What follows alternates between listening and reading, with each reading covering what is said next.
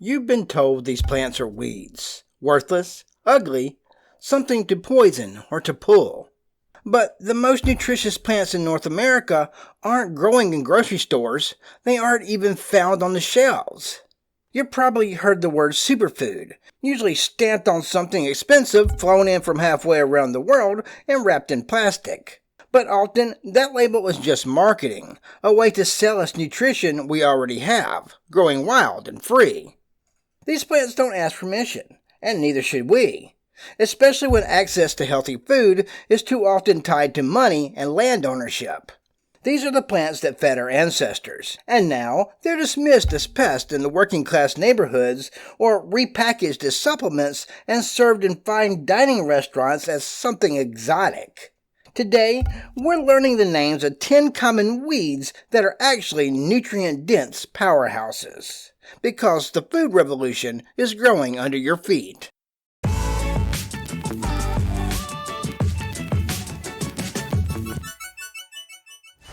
Native to Eurasia, now found nearly everywhere on Earth except Antarctica. The dandelion is more than a weed, it's a full-body tonic. The leaves are packed with potassium, calcium, and vitamin K, the flowers are rich in antioxidants, and the roots support liver function and digestion. Used for centuries in traditional Chinese medicine and embraced by indigenous communities as one of the first nourishing greens of spring.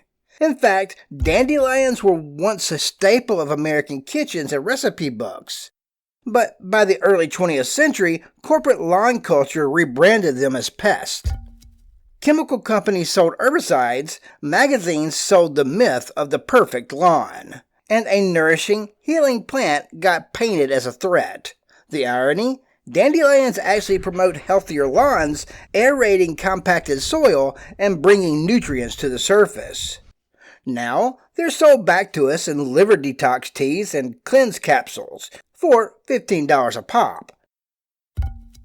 Native to Europe and Asia, chickweed thrives in cool, damp places around the world.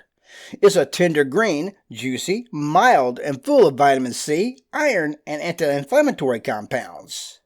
It soothes the skin, supports the immune system, and helps nourish the body after a long winter. Medieval herbalists used it for inflammation, eye strain, and tired joints. These days, it shows up as a delicate microgreen in $18 salads or bottled in $20 skincare kits. But it's still right there, spreading through gardens, fields, and lawns, quietly offering itself to anyone paying attention. Widespread across the Americas and Eurasia, lamb's quarters has more protein, calcium, and iron than the leafy greens we buy in stores. It's a close relative to quinoa, and it carries the same nutritional clout, high in minerals, rich in fiber, and packed with plant-based protein. It was once a staple crop for indigenous societies throughout the Mississippi and Ohio River valleys, grown alongside amaranth and sunflower. For centuries, it fed entire communities. But as industrial agriculture took over, wild foods like this were pushed aside, replaced by standardized, store-ready greens that fit better in packaging and supply chains. You won't see lamb's quarter on the Food Network. It doesn't come with a brand name or a seed patent. And yet, it still grows in backyard compost piles and the edges of construction sites and the forgotten corners of farmland. These days, it's starting to show up in farmers markets as an heirloom green. But it's never stopped being what it is: nourishing, abundant, and completely free. Native to India and the Middle East, Purslane now grows almost everywhere, especially in heat, drought, and poor soil. It's one of the richest plant-based sources of omega-3 fatty acids. It's also high in magnesium, vitamin E, potassium, and even some rare antioxidants like melatonin and glutathione. The ancient Greeks revered it. They called it the blessed plant. They ate it fresh in salads, cooked it with grains, and used it as medicine long before science confirmed it's one of the richest plant sources of omega-3 on Earth. Middle Eastern cooks still pickle it.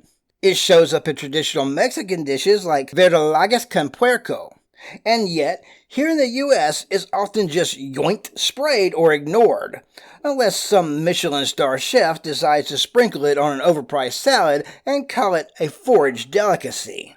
I was even just criticized on TikTok recently for having it growing in a pot, like I'd made some kind of unforgivable gardening mistake. But Purslane doesn't need permission to grow. It thrives in gravel, sidewalk cracks, and places most crops wouldn't stand a chance. A superfood by any standard, nutritionally, culturally, and ecologically. And it's still completely free.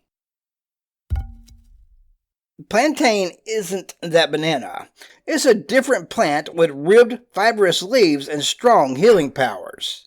Indigenous peoples across the Americas have used plantain for a long time to draw out toxins, heal wounds, and reduce inflammation. Today, people from all over the world still make teas, poultices, and salves from it. You can find plantain in herbal supplements that say detox or gut support, or you can find it growing wild in sidewalk cracks and playgrounds. Amaranth was a sacred grain to the Aztecs, packed with nutrients and an important part of their farming traditions. Pigweed is its wild cousin, just as strong and nutritious. Its leaves are full of calcium, protein, and vitamin K, and its seeds are a complete protein, meaning they have all the essential amino acids our bodies need. The name pigweed wasn't just a casual label. It's a term that's long been used to dismiss wild, nutrient-dense plants as worthless weeds good only for animals, not people. This kind of naming plays into a system that devalues wild foods, helping industrial agriculture keep control over what we eat. Today, health food stores sell amaranth flour as a trendy, gluten-free, ancient grain. But pigweed growing wild in a ditch? People call it a weed and try to get rid of it. The plant hasn't changed, only how we see it. Wild amaranth can grow in very poor soil and still produce nutrient-rich leaves and seeds, making it a super resilient food source in tough conditions. Clover is everywhere. You see it in lawns, fields, and along interstate highways all across North America. Red clover flowers are famous for helping with hormone balance, especially during menopause. White clover leaves are edible and full of important minerals. People have used clover for centuries in European folk medicine and Appalachian herbal teas. Today you can find dried clover in fancy herbal blends, but most of the time it just gets mowed down, composted without a second thought. Despite being a far better ground cover than grass because it naturally fixes nitrogen in the soil, needs less water, and supports pollinators. Shepherd's purse is named for its small, heart-shaped seed pods. It's been used for a very long time to help slow bleeding and support menstrual health. Roman soldiers applied it to wounds on the battlefield to stop bleeding fast. Today, herbalists use it to ease heavy periods, reduce cramps, and support overall uterine health.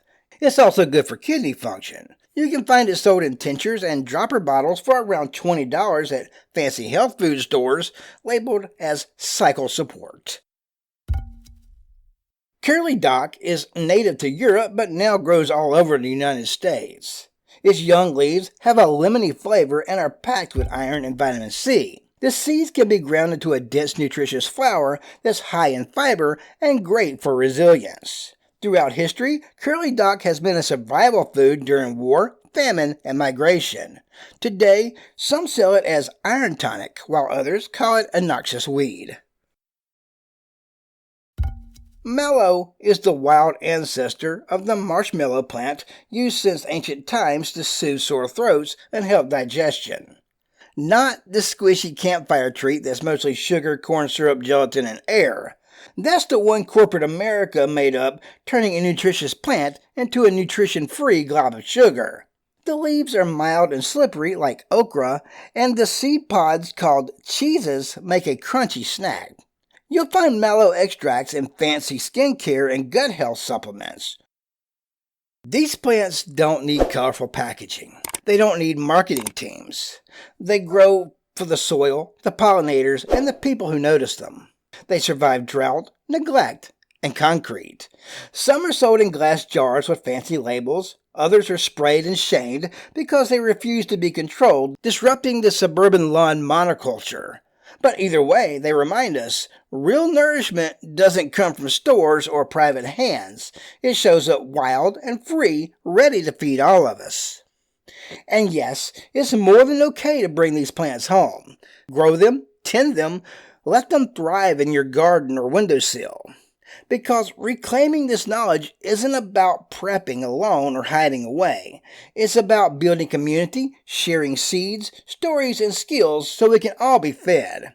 It's how we resist privatization, reject scarcity propaganda, and rebuild systems that feed everyone, not just the wealthy. Don't just eat the weeds. Share them with your neighbors, your friends, your family. At the potluck, the community garden, the picnic table, let these plants bring us back to each other. The revolution isn't just growing under your feet, it's growing within us. And maybe, in retrospect, these plants do need marketing teams. Not to sell them, but to celebrate them, to pass on the knowledge, to remind each other what real nourishment looks like. So be that team, unstoppable, rooted in care, spreading seeds, stories, and solidarity. If this moved you, share it. Send it to a friend, post it in a group chat, drop it in your garden club Discord. Like, comment, subscribe if you want to keep this knowledge in motion, because the future is wild and it's already growing. Eat the weeds.